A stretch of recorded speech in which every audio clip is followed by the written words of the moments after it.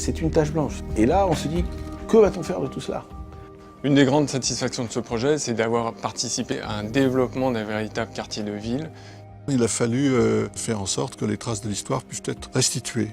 Nous avons réussi notre mission, nous n'étions que de passage. Arras avait 2 régiments, 2 casernes. Un premier régiment s'en va et libère une caserne. On est en 96-97 de mémoire. Et ensuite, on a la 2e vague de restructuration militaire qui intervient en 2009. Et là, on a ce qu'on appelle un contrat, qui est un contrat de revitalisation qui est signé avec l'État, qui nous dit, on vous cède les sites militaires. Donc, c'était d'abord la citadelle avec ses dépendances. On y raccroche la caserne Schramm, parce que depuis près de 15 ans, il ne s'y passe rien. Et donc, nous, on fait du tout un ensemble. Et là, on se dit, que va-t-on faire de tout cela ? Et puis on a une rencontre à un moment donné avec une entreprise, avec un promoteur, enfin on l'appellera comme on veut, qui s'appelle Histoire et Patrimoine. Et c'est là que commence une très belle histoire. Alors ce qui nous a donné envie de se lancer dans ce projet, c'est d'abord aller travailler sur un ensemble de bâtiments, d'accord, qui correspond à une poche entière dans la ville, une grande poche, pour pouvoir la réurbaniser, puisqu'elle était complètement désertée par les militaires.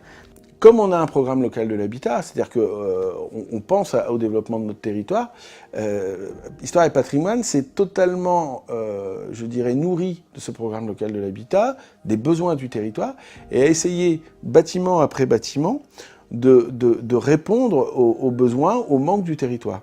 La citadelle, qu'on appelait la belle inutile, parce qu'elle n'a jamais rempli son rôle de citadelle, c'est une tache blanche sur les documents d'urbanisme. C'est un peu cette excroissance, quand on regarde la carte de haut, hein, qui était un peu à la périphérie de la ville, qui va permettre, avec cet aménagement urbain, de totalement intégrer la ville.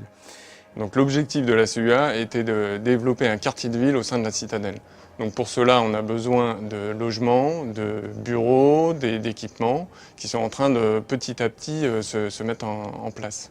Une des données essentielles de la citadelle, c'est qu'elle est très protégée. Elle est déjà protégée au titre de l'UNESCO.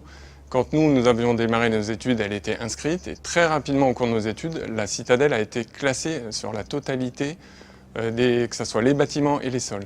Nous avons analysé tout l'historique de chaque bâtiment. Nous avons analysé évidemment l'état actuel, ce qui nous a permis de proposer un projet en tenant compte des spécificités historiques, l'état sanitaire des bâtiments et de proposer quelque chose qui convienne au mieux à du logement. Vous avez les façades qui sont composées d'un soubassement en grès qui est très important pour gérer le problème d'humidité. Tous les encadrements sont en pierre calcaire et les remplissages sont en briques. Alors évidemment, c'était quelque chose d'essentiel à conserver et le projet a été fait autour de ces 3 matériaux.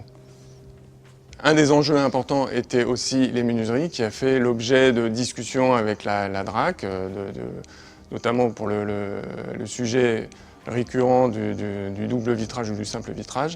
La DRAC nous a imposé du simple vitrage, donc on a redessiné des menuiseries dans le style 17e, à petits carreaux, selon les proportions d'origine. Donc Officier Saint-Aubert est une opération classique de logements familiaux, avec des studios jusqu'aux 4 pièces, etc., traversant. La partie gouverneur qui est en cours de travaux qu'on doit livrer à la fin d'année est une résidence senior, donc gérée par le groupe Cogedim, qui fait à peu près un peu plus d'une centaine d'appartements avec des parties communes, donc destinés à des seniors valides, non pas dépendants. Et puis il fallait aussi ajouter un petit peu une touche avec des gens un peu plus jeunes, et donc l'idée de la transformation des archers, qui s'y prête parfaitement bien puisque c'est un bâtiment très mince, serait de faire des petits logements à destination principalement des jeunes. Chaque bâtiment, en fait, est différent. Donc on ne peut pas dire à l'architecte, nous on veut tant de F2, tant de F3, de telle surface, il ne faut pas que ça dépasse, etc. Donc ça n'existe pas dans le métier de l'ancien. Donc nous, d'une part, premièrement, on ne donne aucune programmation à nos architectes. Donc c'est eux qui vont un peu imaginer, avec le bâtiment, avec les contraintes du bâtiment, ce qui va se passer à l'intérieur. Voilà, donc on retrouve là toute cette mixité un peu des âges, mixité sociale, qui fait la ville en fait.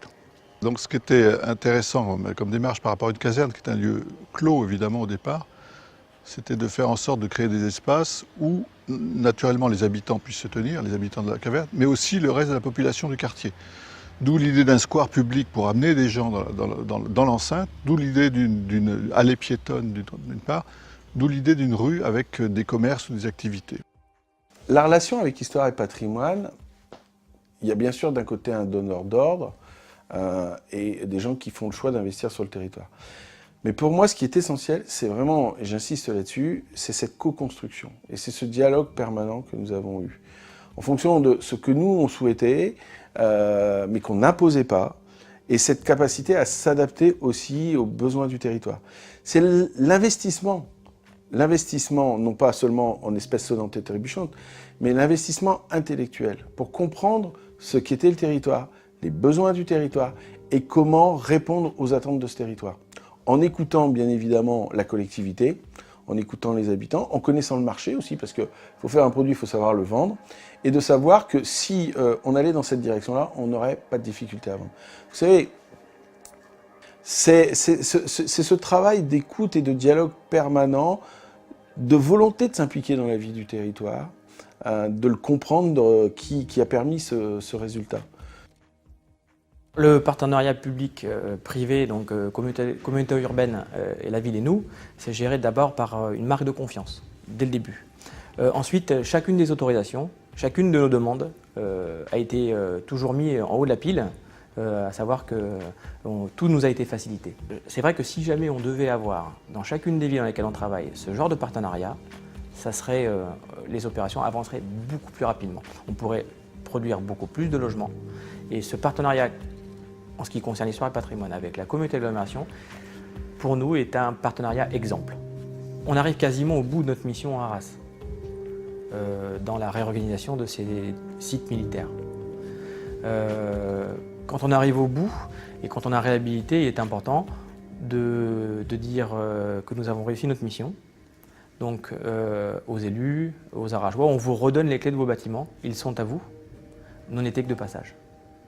Le gage de la réussite, c'est l'envie que ce quartier va susciter, l'attractivité, les gens qui vont y passer, qui vont y venir, qui vont peut-être plus choisir leur dentiste ou leur médecin parce qu'on a des professions libérales qui s'installent à cet endroit-là, parce que plutôt que d'aller ailleurs, parce que c'est un quartier plus sympa, etc. Bon, mais ça va être la vie, ça va être la présence.